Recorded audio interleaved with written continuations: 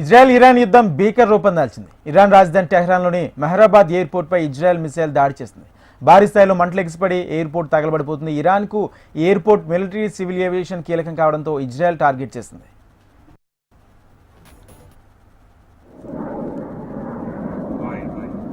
יש שם, זה לא נפילות? זה נפילות, אבא, זה נפילות.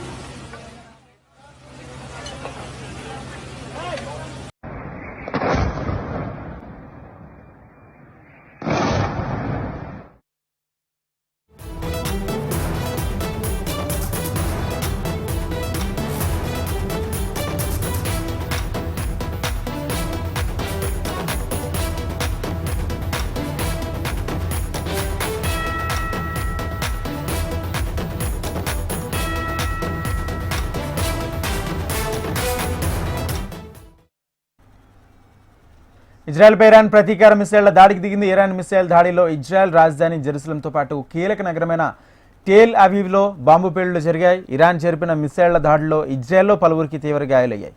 తమ దేశ పౌరులే టార్గెట్గా ఇరాన్ దాడులు చేస్తుందని, తమ దేశ పౌరులకు ప్రమాదం పొంచి ఉందని ఇజ్రాయెల్ ఆ దేశంలో అత్యవసర పరిస్థితిని విధించింది.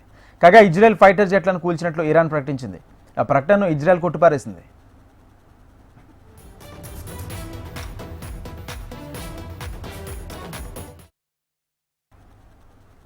భీకర యుద్ధం మధ్య నెతన్యాహుతో మాట్లాడిన ట్రంప్ ఇజ్రాయెల్ దాడులను ఖండించిన రష్యా అధ్యక్షుడు పుతిన్ కూడా ఖండించారు. ఇరు దేశాధినేతలతో ఫోన్లో మాట్లాడారు. ఇరాన్ న్యూక్లియర్ ప్రోగ్రాంను రాజకీయంగాను, దౌత్య పద్ధతులను పరిష్కరించుకోవాలని పుతిన్ సూచించారు.